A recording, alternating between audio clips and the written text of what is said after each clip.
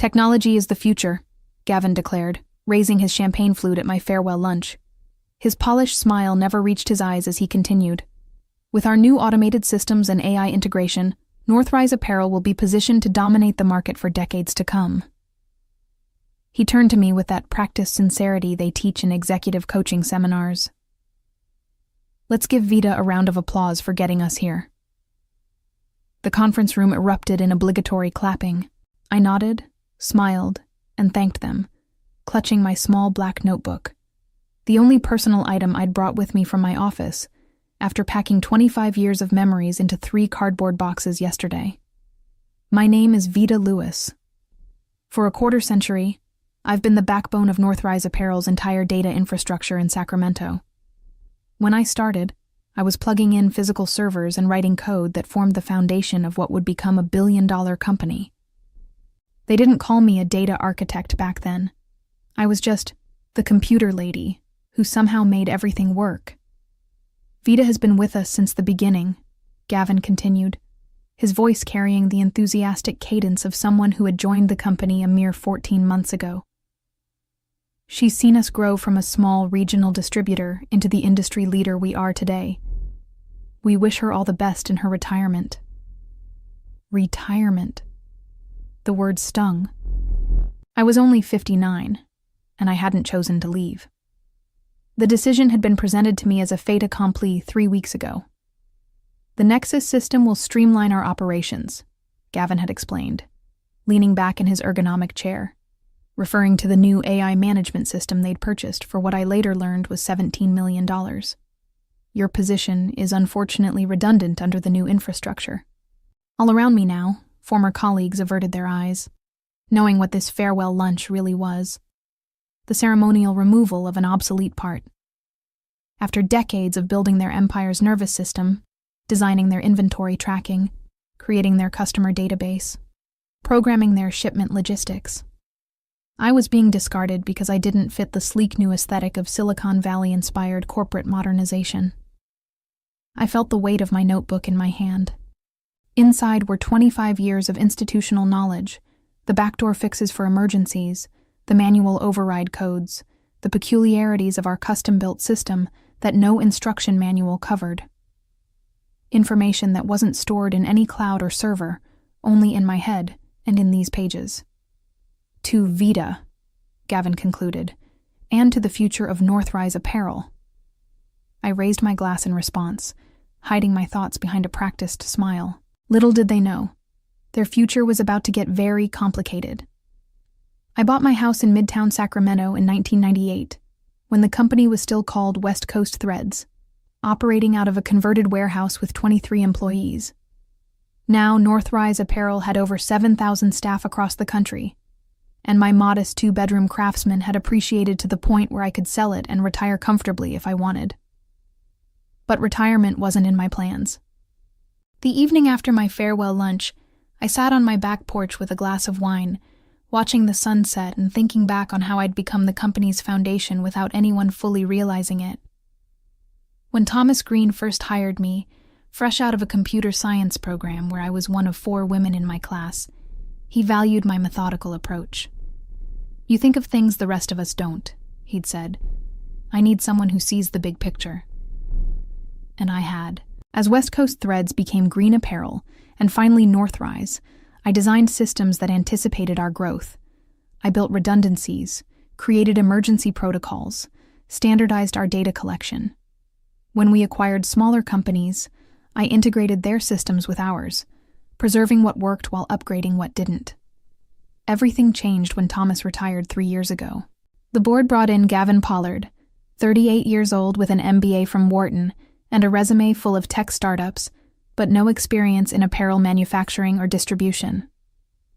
His first all-hands meeting set the tone. We need to disrupt ourselves before someone else disrupts us. Over the next year, consultants from Elstone Trading came and went, using phrases like digital transformation and AI-first paradigm. They interviewed me extensively, taking notes on how our systems functioned, what databases contained which information, how our proprietary software managed inventory across 5 distribution centers. I should have seen it coming, but loyalty had made me naive. The doorbell rang, jolting me from my thoughts. Through the peephole, I saw Eleanor from HR holding a basket. "Just wanted to check on you," she said when I opened the door. "The transition team realized we never got your authentication codes for the backup systems." The transition team being the 3 20-somethings tasked with deconstructing my life's work. "Everything's in the handover documents," I replied coolly. "The master list should have all the access protocols." Eleanor's smile faltered. "There seems to be some confusion about the legacy systems, particularly the warehouse automation interfaces." Of course there was. Those interfaces were custom-built, modified over years to work with our specific needs. Nothing about them was standard.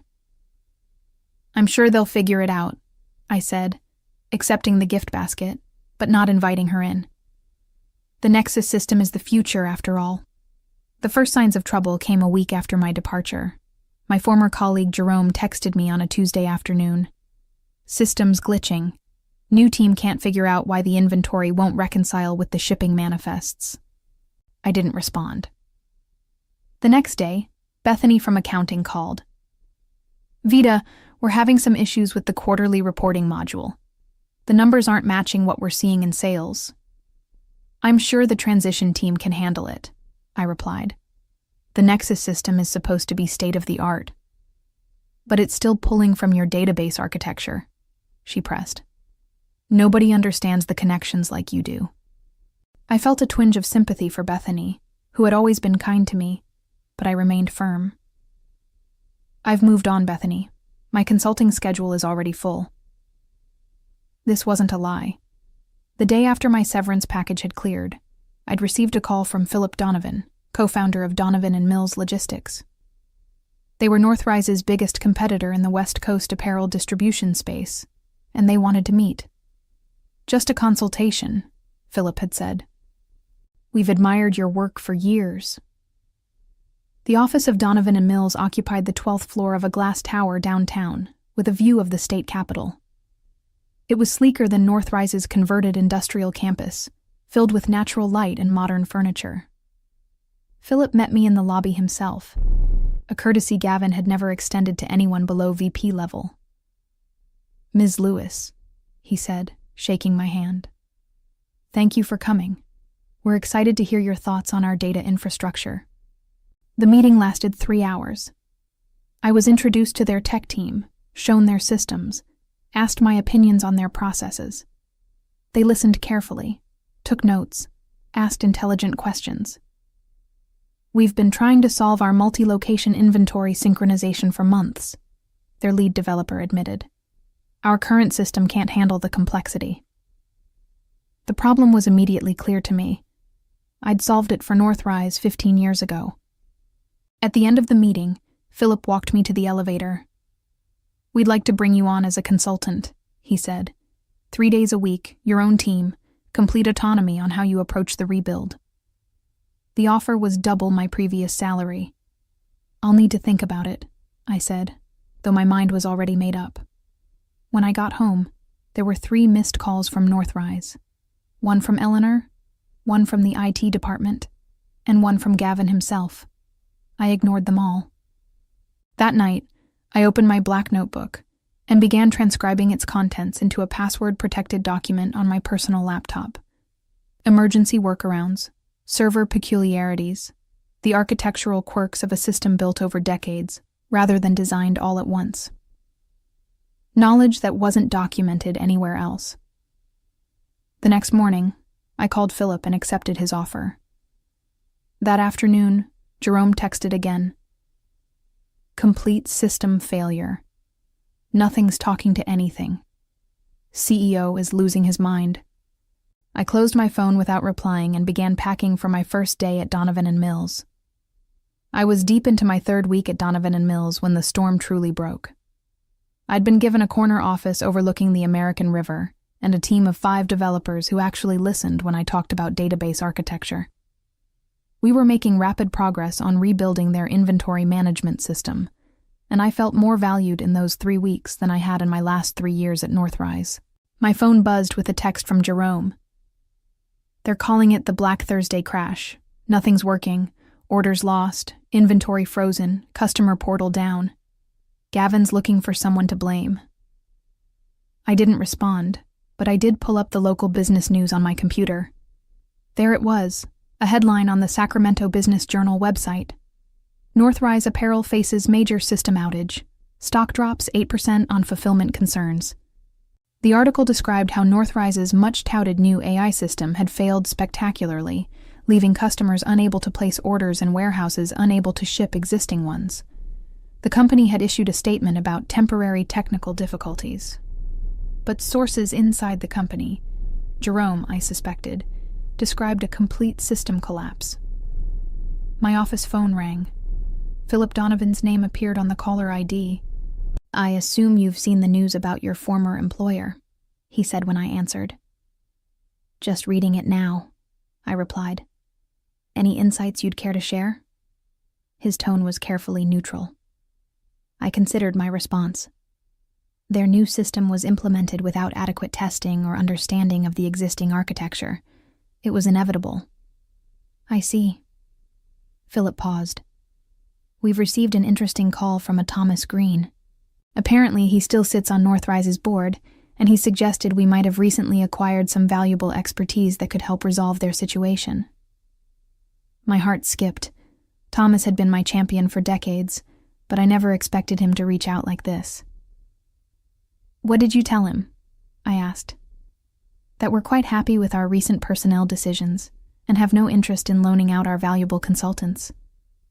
I smiled despite myself. "Thank you. Though I admit to some curiosity," he continued. "Just how bad is their situation?" I sighed, weighing my professional ethics against my lingering resentment. If they tried to integrate Nexus without properly migrating the manufacturing execution system I designed, they've likely corrupted their entire database.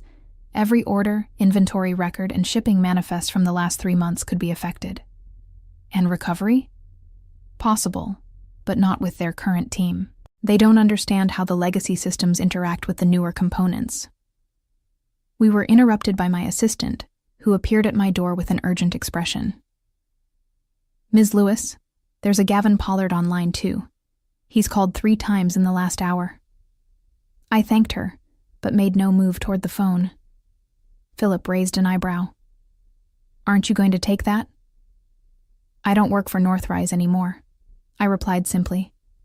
He nodded slowly, a small smile forming. "No, you certainly don't." He turned to leave, but paused at the door.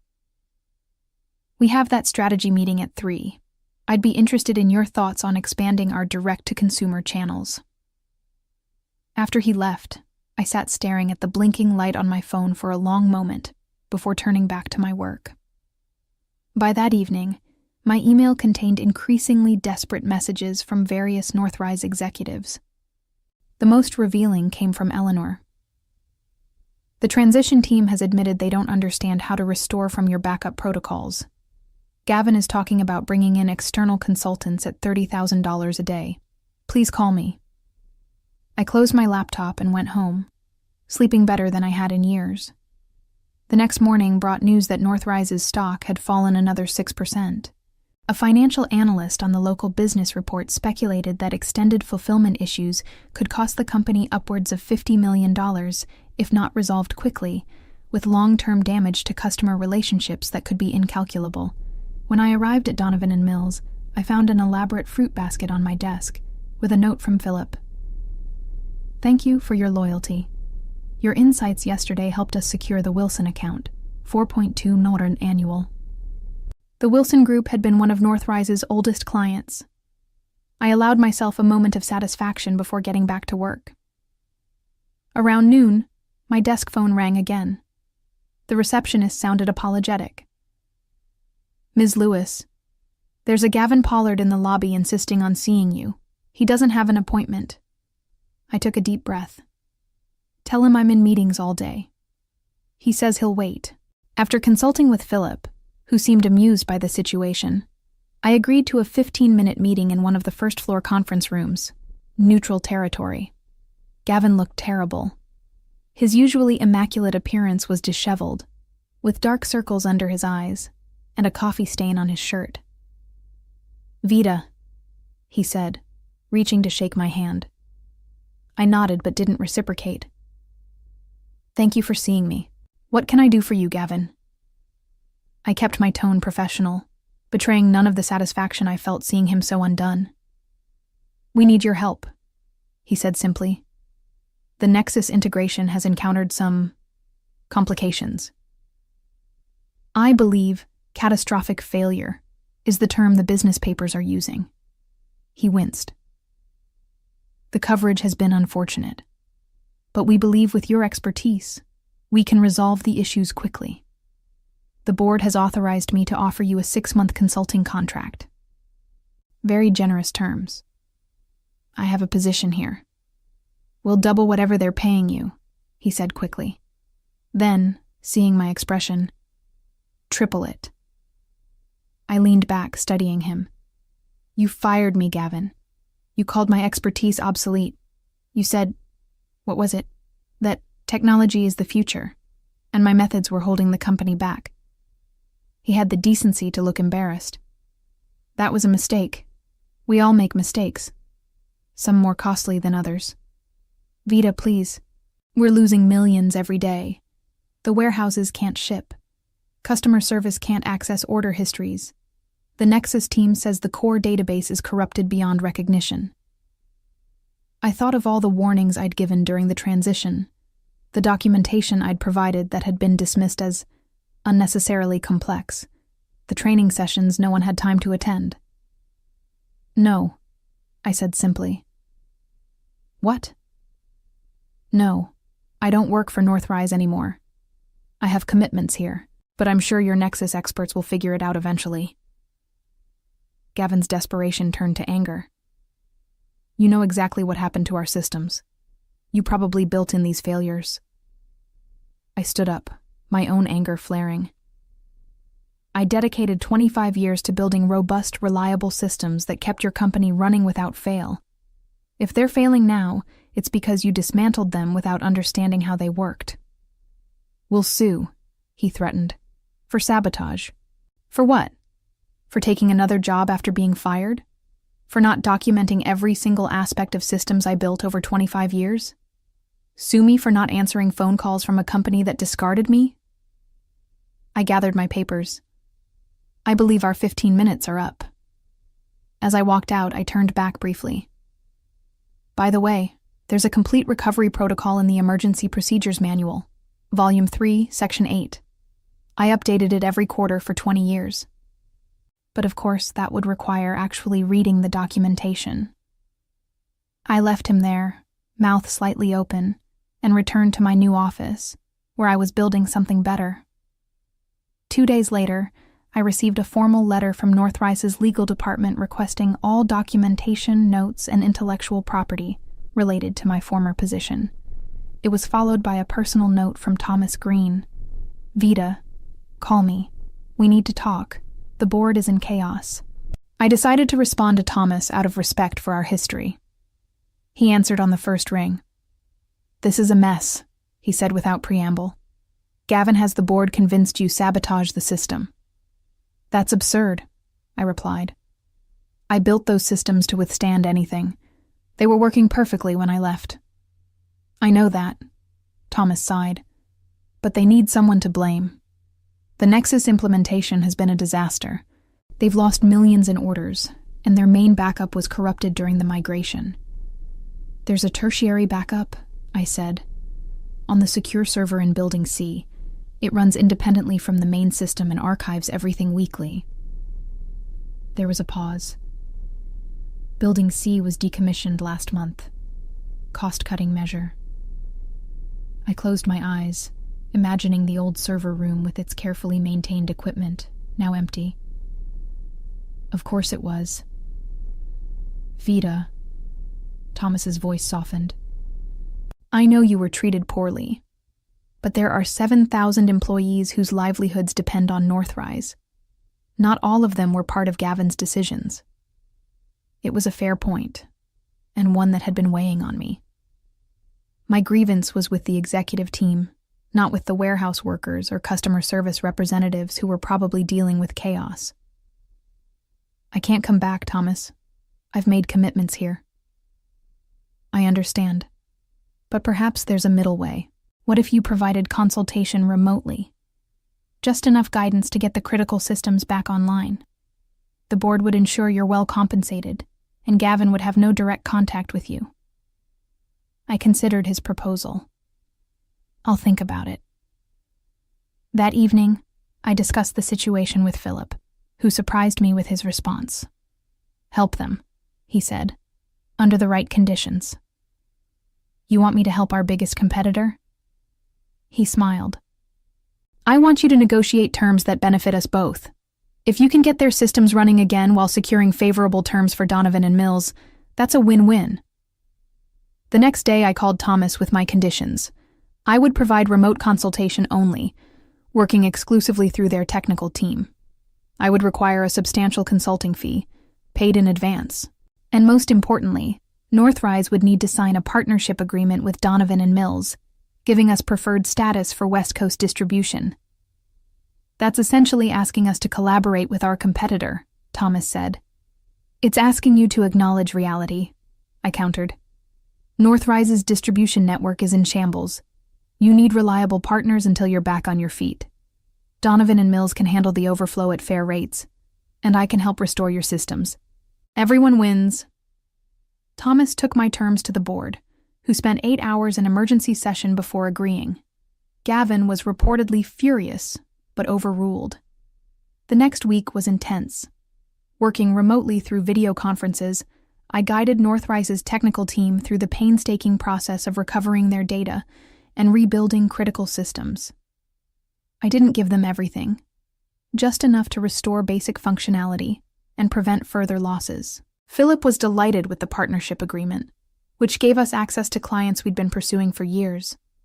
Northrise's stock stabilized, and the crisis coverage in the business press began to fade. Through it all, I maintained my distance from Gavin, speaking only with the technical team and Thomas. But I heard through Jerome that Gavin's position was precarious, with several board members openly questioning his leadership. It wasn't revenge exactly. It was something more satisfying: vindication. 6 weeks after what the tech team had begun calling the Vita protocols salvaged Northrise's systems, I received an unexpected email from Thomas Green. The subject line read simply, Board meeting results. Gavin Pollard had been removed as CEO. The board had voted 10-2 for his immediate replacement.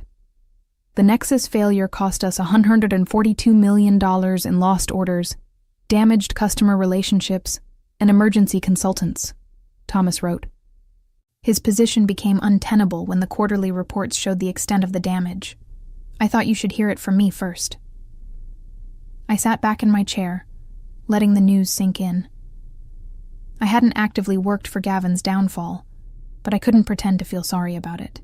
His arrogance had nearly destroyed a company that thousands of people depended on for their livelihoods. Later that day, Philip stopped by my office. I hear Northrise is looking for a new CEO, he said with a knowing smile. So I've heard. They could do worse than to bring Thomas back temporarily. I nodded. He understands the business in a way Gavin never did. Speaking of understanding the business, Philip continued, the Wilson account was so impressed with our handling of their overflow that they've asked about making the arrangement permanent. That would be a $12 million annual contract, taken directly from Northrise, I observed. Philip shrugged. Business is business. And speaking of business, the executive committee is meeting tomorrow to discuss our 5-year strategic plan. I'd like you to present your vision for our data architecture. My vision? You've completely transformed our systems in just 2 months, Vita. The committee needs to understand what you've built and where you see it going. Your work deserves recognition. As he left, I turned to look out my window at the Sacramento skyline. In the distance, I could just make out the Northrise campus. Their logo still illuminated the main building, but inside, everything had changed. The company would survive, but it would never be the same. Neither would I. For the first time in decades, I was building something on my terms, with people who valued what I brought to the table. 3 months later, I attended the ribbon-cutting ceremony for Donovan and Mills's new technology center. My name was on the plaque beside the entrance. Vita Lewis Technology Center, where innovation meets experience. Philip had insisted on naming it after me when my system overhaul resulted in a 38% efficiency improvement across their distribution network. The center would house an expanded development team and serve as a training facility for technical staff from across the company. "We didn't just hire a consultant," Philip said in his speech. "We gained a visionary who understood that technology should serve people, not replace them."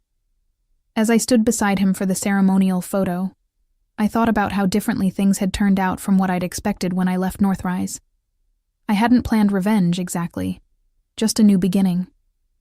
But my success had become a form of vindication, more powerful than any deliberate retaliation could have been. The reception afterward was attended by local business leaders and politicians. I found myself approached by a woman I didn't recognize. "Ms. Lewis, I'm Diane Torres, from the Governor's Office of Business Development. I've been hearing remarkable things about your work." We spoke for nearly half an hour about data systems and their impact on regional businesses. At the end of our conversation, she handed me her card. "We're forming a task force on technology infrastructure for state agencies. We need people with both expertise and perspective. Would you be interested in serving as an advisor?" 6 months ago, I had been deemed obsolete by a man half my age. Now I was being recruited to help shape technology policy for the entire state. "I'd be honored," I replied, taking her card. As the reception wound down, I received a text from Jerome. "New CEO announced. You'll never guess who." Thomas Green was coming out of retirement to lead Northrise through its recovery. I smiled and put away my phone without responding. That chapter of my life was closed. My focus now was on building something new. As I looked around at the center bearing my name, filled with people who valued my contributions, I realized that the best revenge wasn't about destruction at all. It was about creation.